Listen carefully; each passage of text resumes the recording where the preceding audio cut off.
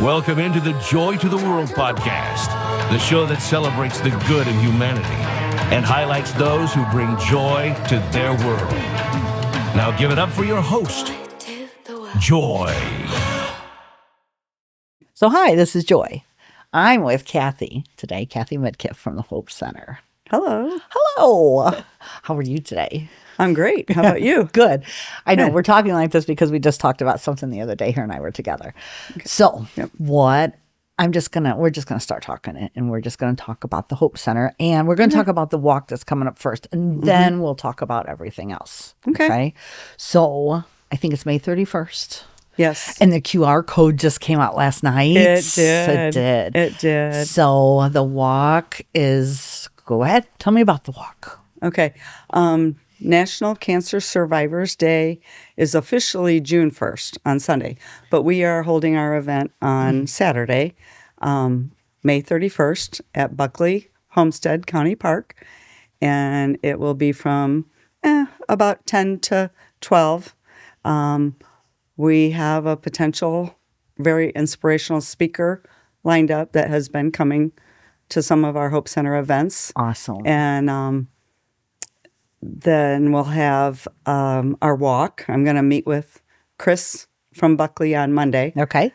I'm hoping kind of map out your walk then? Yeah. I'm hoping the weather holds out so we can do like the 2-mile walk. Gotcha. And I'd like to mark it out with our yellow butterflies that we had. Oh, yeah. Did you talk to JR about that yet? Because I'm meeting with Chris Monday. Oh, okay. So all right. I'll find out how many butterflies we need. And what we're talking about with that is that just to maybe print off some more butterflies. And anybody that lives in Lowell knows about the big butterflies that we made a long time ago. But 7 years ago, they were all through town.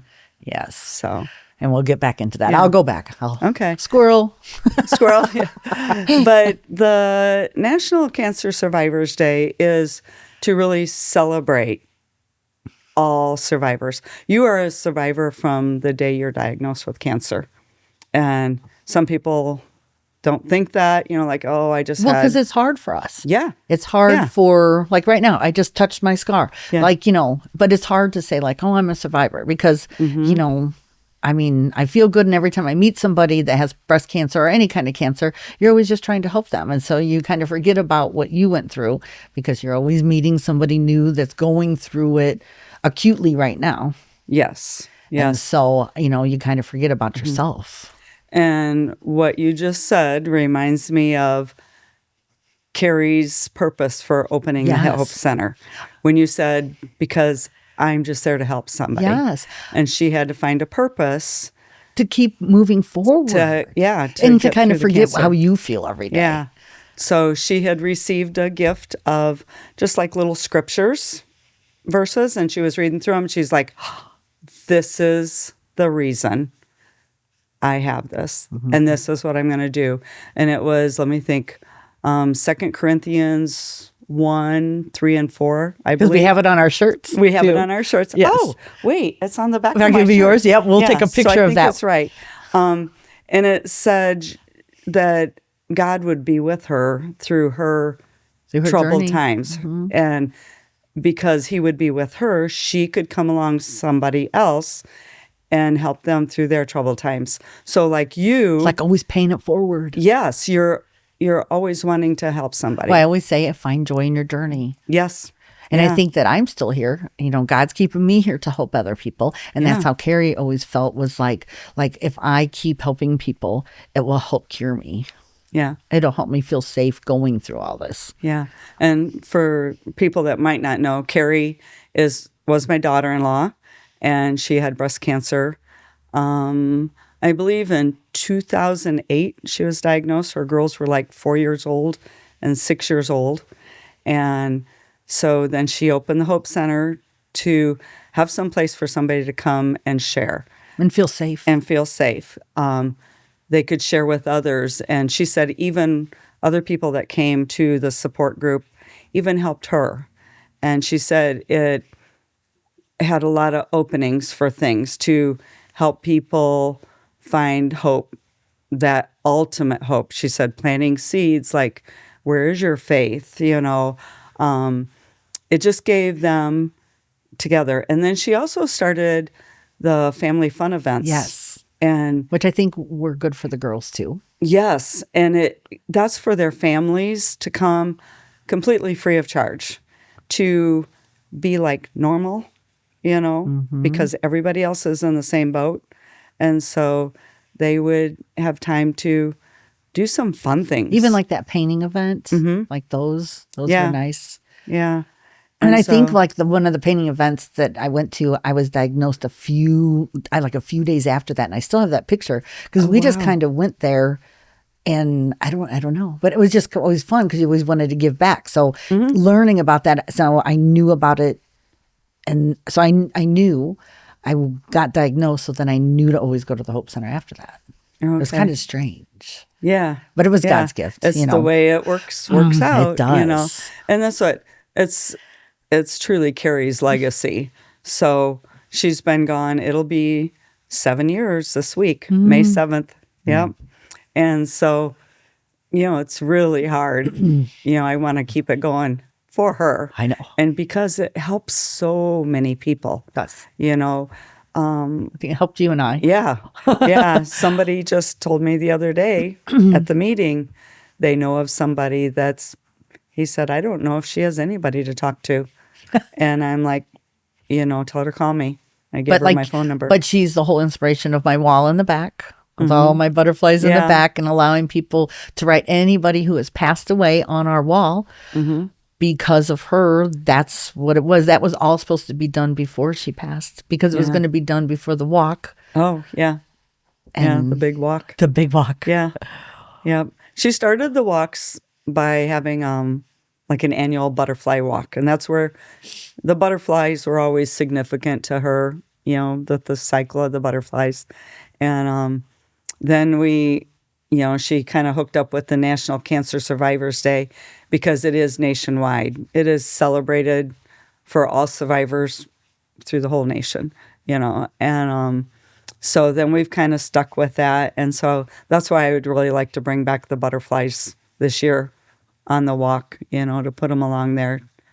So it would be, the butterflies would be, so once you get your walk mapped out at Buckley, then we can put the butterflies so people can follow along the trail. Got you. And then you're going to have a luncheon at the walk? Yes. And we got a sponsor for the luncheon. Do.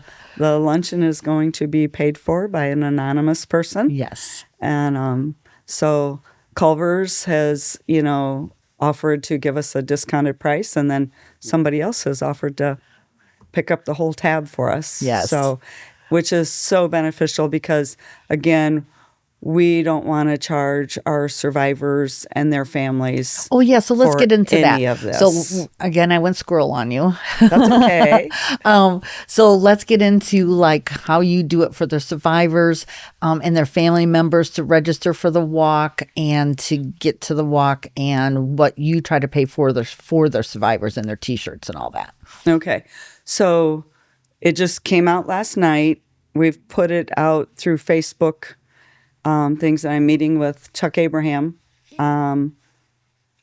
Tuesday. Okay. Because I'm meeting with Chris on Monday. Chuck on Tuesday. So it's only by word of mouth. So if you see it, please share it with anybody that you know that.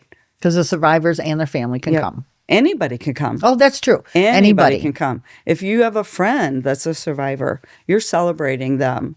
And so they click on the QR code and it takes them to actually through the Lowell Church of Christ page to register, and you fill out the information, and then it asks you if you're a survivor or not.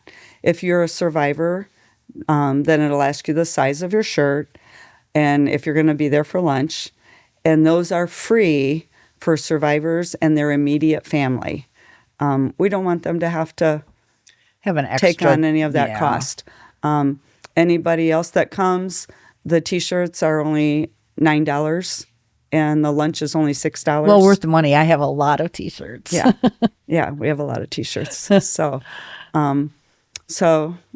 that's the only fee to it.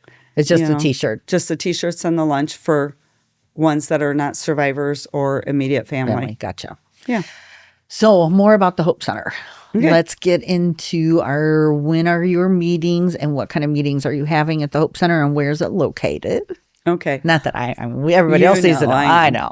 We meet at Lowell Church of Christ, like right behind the McDonald's and Speedway. In Lowell. Just north of it in Lowell. Yep. We're right behind the Speedway. And I think it's 229 Burr Street. I don't know. Is the address Burr Street or Harrison? I think the address says Burr Street. Okay. Like 299 or 229. Okay. I don't know. I've written it enough times. But anyway, it meets at Lowell Church of Christ.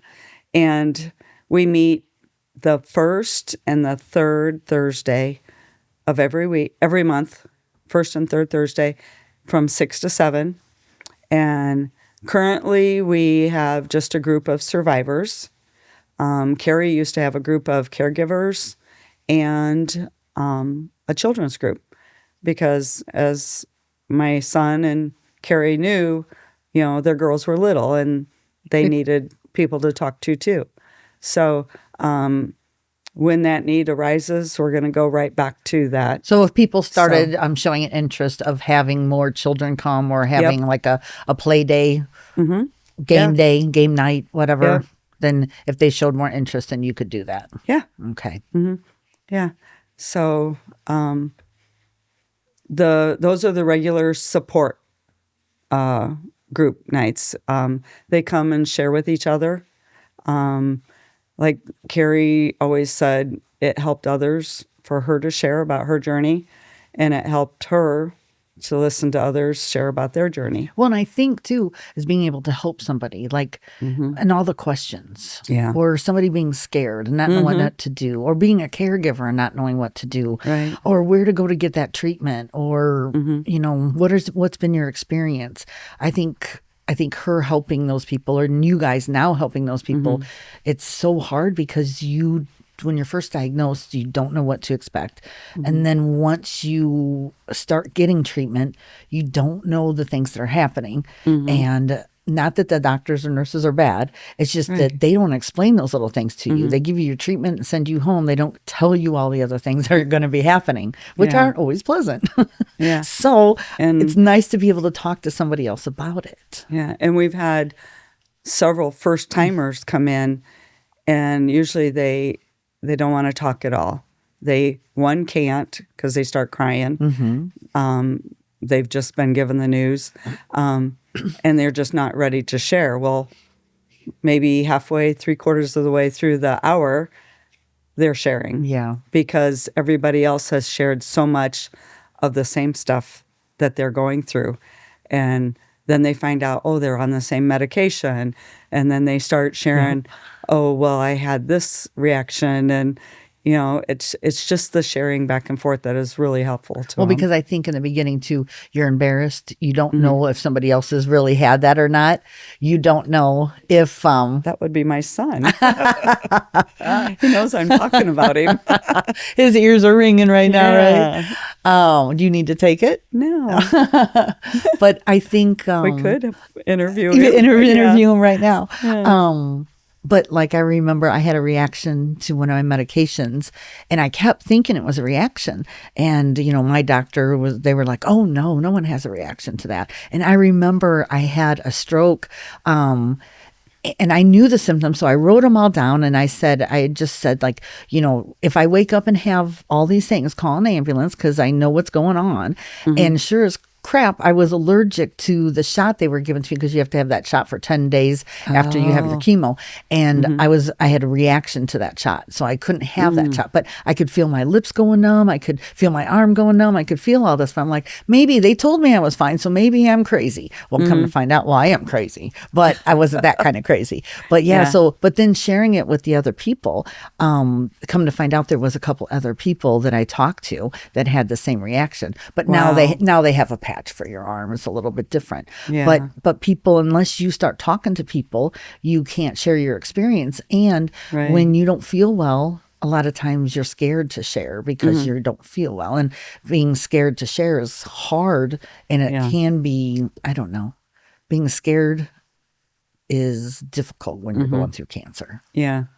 Yeah. And like the guy that I was talking to the other night, the girl he knows that just got a not so good diagnosis said, like, I think a lot of close friends don't know what to say, so they just don't come at all. They don't come at all. Call. Or they say, or they don't say stupid things on purpose. They don't know what to say, so they say something silly. Or like you said, they don't say anything, which is even more nerve-wracking because you don't know if they really care. Yeah. You know, it's hard. But I think now, for whatever reason in our little town, there's a lot of people with cancer. There are. And there's a lot of different new treatments out there, but they may not know about them and they don't know where to go get the treatment. So I think that if you hear more stories about where they got their treatment, how they got their treatment, what experience they got, then it gives you a little bit more reason to maybe, I don't know, search out your resources instead of only taking that one plan that they gave you. Right. Maybe looking at a few other plans just to see. Yeah. You know, instead of just going with that one course somebody gave you. Yeah, because that's how I am. Like, let's see, it's been just about a year ago that I got the melanoma diagnosis, and they gave me 2 oncologist names. I'm like, asked Mindy, and she's like, well, I've heard of that one. I'm like, okay, I'll try that one. So that's me. I just go there, do what they say. You know, I haven't had to do any treatments or anything, but my gut instinct is I listen to the doctor. I do what they say. You know, I never question it. But there's so many people that, like my daughter will tell me, you need to be asking questions. Yeah. Asking questions and getting a second opinion just because there are more than one type of treatment out there. Right. You know, but you got to find out what's good for you. Right. That's where I think like the Hope Center has helped many people over the years, just being able to talk, just being able to have it open. I don't know. I think that you guys have done a great job. I'm so proud of all of you. And watching the girls grow up. Oh my gosh. Yeah. In fact, I sent out the first thing last night to sign up for the walk. And Riley, the oldest one, she's down at college. She graduates next week. Down in Bloomington? Bloomington. And she messages me and she's like, Grandma, you wrote recovers instead of receives a free t-shirt. And I'm like, oh, I thought I proofread it, you know. So she's telling me I got all of them fixed up except for the one I put on the Lowell page. I don't know if whoever the administrator is can maybe we can fix edit that. it for me. I think though if you edit it, it automatically edits. I'll look. I didn't. Okay, we'll take a look. So we'll look. But besides the walk and besides your meetings, anything else you got coming up? Right now we just have our meetings, and the walk. That's our big thing. And then we will probably do my cousin, who is a cancer survivor, and his daughter, who is a cancer survivor. About a month ago, we did another painting party. Oh, good. But it was his first one to teach. Oh. And so we limited it to 20. And so we are going to probably do another one of those at some point. So where are we going to find all that information? Does the Hope Center have its own Facebook now? It does. I saw that this morning. It does. Yeah. So we have, and it's always been there, but it's somehow it got like pushed behind. So I think Brian helped me get it going again. Like I'm the administrator of it now. Okay. And I try to post at least when our meetings are there. Okay. And when I did put the thing on for the walk, the information, for the first time I clicked make it an event. So I've never done that before. Okay. So that's how we're going to find out, or the public would find out about you, is on Facebook. Yes, the Hope that's Center. Pretty much Lowell, the way Indiana. we get it out, and hope people share it. If they see it, tell them. If they want information, they can contact us if they can't find it. Yeah, otherwise, I think at the end of it, I even put the Hope Center phone number. Okay. And if by chance they call and I don't answer, leave a message. Gotcha. I will get back. Yes, you will. Yeah. You always do. Yeah. What other things? Anything else you want to talk about, darling? Oh. Any message you want to get out? I don't think so. Just for anybody going through cancer, you know, I know it sounds like a lot of people think they're alone. You're not alone. We are here for you. There's so many people that, you know, but we don't know about it unless you let us know. And we're always here to help. Yes, Always here to help. You know, because it's down to little things like if you need a drive, if you need someone to go get you something at the store, if you can get somebody. We can get somebody. We can find somebody. Yeah. And just having the simple things of helping with the kids, helping with other things with the family, finding people to clean for you, getting free massages for you, going to pick up medicine for you. There's so many resources out there for cancer to help. Yeah. You're just never alone. And some people are more outspoken about it and some people are more quiet about it. And, but there's something out there for everybody with it. It's just trying to make sure to reach out just that one time to like the Hope Center, so that you can help find those resources for them. It is just crazy how people are afraid to ask, but also too, it's crazy that we can't reach more people. And I just want to reach more people. And there's so many. I know. And I sit there when I try to make a list of try to contact people for things, and then I was like, oh, I forgot so and so. Well, and I say we loosely, but you and I make a list a lot of times to check in with people, like just to be like, how are you? And so having those type of lists checking in on people helps, because you forget that they might be sitting at home alone going through that, or their caregiver is super sad because they're getting worked a lot. They got to go to work, still care for the person that's going through treatment and running around. So if you can think of a reason or other things that we can do to help you, just let us know too, because. Yeah. And that you brought up a point of like, if anybody is like wants to volunteer, Kerri used to have a massive volunteer team. And, after she passed away, then of course COVID came along. Yes. And now the rebuilding stage. But I would love to even have a card committee to send cards out like once a month to people. So if anybody's just to reinsure them because of getting something in the mail other than a bill from an oncologist. Yeah. So that's a good idea though. Yeah. So if somebody wants to volunteer, that'd be great. Like kind of making a committee of getting things together to start doing some more things from the Hope Center. Yeah. Well, what we'll have to do is we'll have to re-meet and another time so that we can see what kind of progress some things have been made of volunteering. Yeah. Yay. I'm excited for the future though. Yeah.